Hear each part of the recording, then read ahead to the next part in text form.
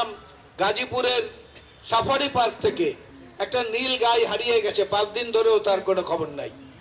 আর বাংলাদেশের মানুষ দেখলো 17 বছর দাপটের সাথে রাজনীতি করার পরেও, সবকিছু দখল করার পরেও 6 মাস হয়ে গেল দেশ থেকে পালিয়ে গেল, আওয়ামী লীগকে আর খুঁজে পাওয়া যাচ্ছে না।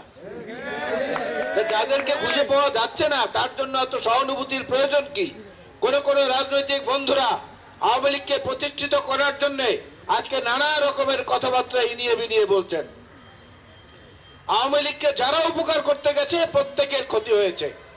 আওয়ামী লীগকে প্রথম বাকশালের কবর থেকে উঠিয়ে আওয়ামী লীগ নামে পুনর্জন্ম দিয়েছিলেন শহীদ জিয়াউর রহমান বীর উত্তম।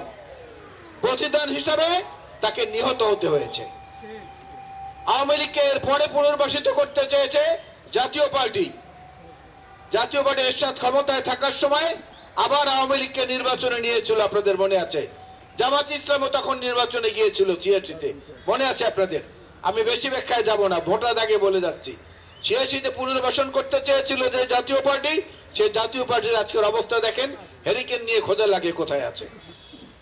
এরপরে আবার আওয়ামী লীগকে পুনর্বাসিত করতে চেয়েছে 111 সরকার, সেনাবাহিনী। সেনাবাহিনীর একটা অংশ আওয়ামী লীগকে পুনর্বাসিত করতে চেয়েছিল, তার প্রতিদান হিসাবে, পুরস্কার হিসাবে আওয়ামী লীগ বাংলাদেশের 52 জন চৌকো সেনা কর্মকর্তাকে হত্যা করেছে।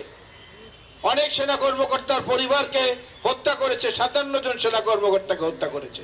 প্রতিদান এইভাবে দিয়েছে। জামাত ইসলামী আওয়ামী লীগকে পুনর্বাসিত করতে চেয়েছিল, নির্বাচনে গিয়েছিল তাদের সঙ্গে একত্রে, তাদের সঙ্গে মিলে, জাতীয় পার্টির সঙ্গে মিলে আমাদের বিরুদ্ধে আন্দোলন করেছিল 91-96 সনে। তার প্রতিদানে আওয়ামী লীগ জামাত ইসলামের 12 জন শীর্ষ নেতাকে ফাঁসিতে ঝুলিয়ে দিয়েছে। এই হচ্ছে আওয়ামী লীগের চরিত্র। সুতরাং আওয়ামী লীগকে পুনর্বাসিত করার চেষ্টা যারা করছেন, চিন্তা যারা করছেন, তারা বারবার ভাবুন। অতীতের এই কয়েকটি উদাহরণ যে মোটা দাগে আমি দিলাম, এগুলো মাথায় রেখে কাজ করুন। এরা যখনই জীবিত হবে তখনই আবার রাক্ষসের মতো সবকিছু গিলে খাবে, এবং যিনি সৃষ্টি করবেন সেই স্রষ্টাকে প্রথম খাবে। এটাই হচ্ছে আওয়ামী লীগের নিয়ম।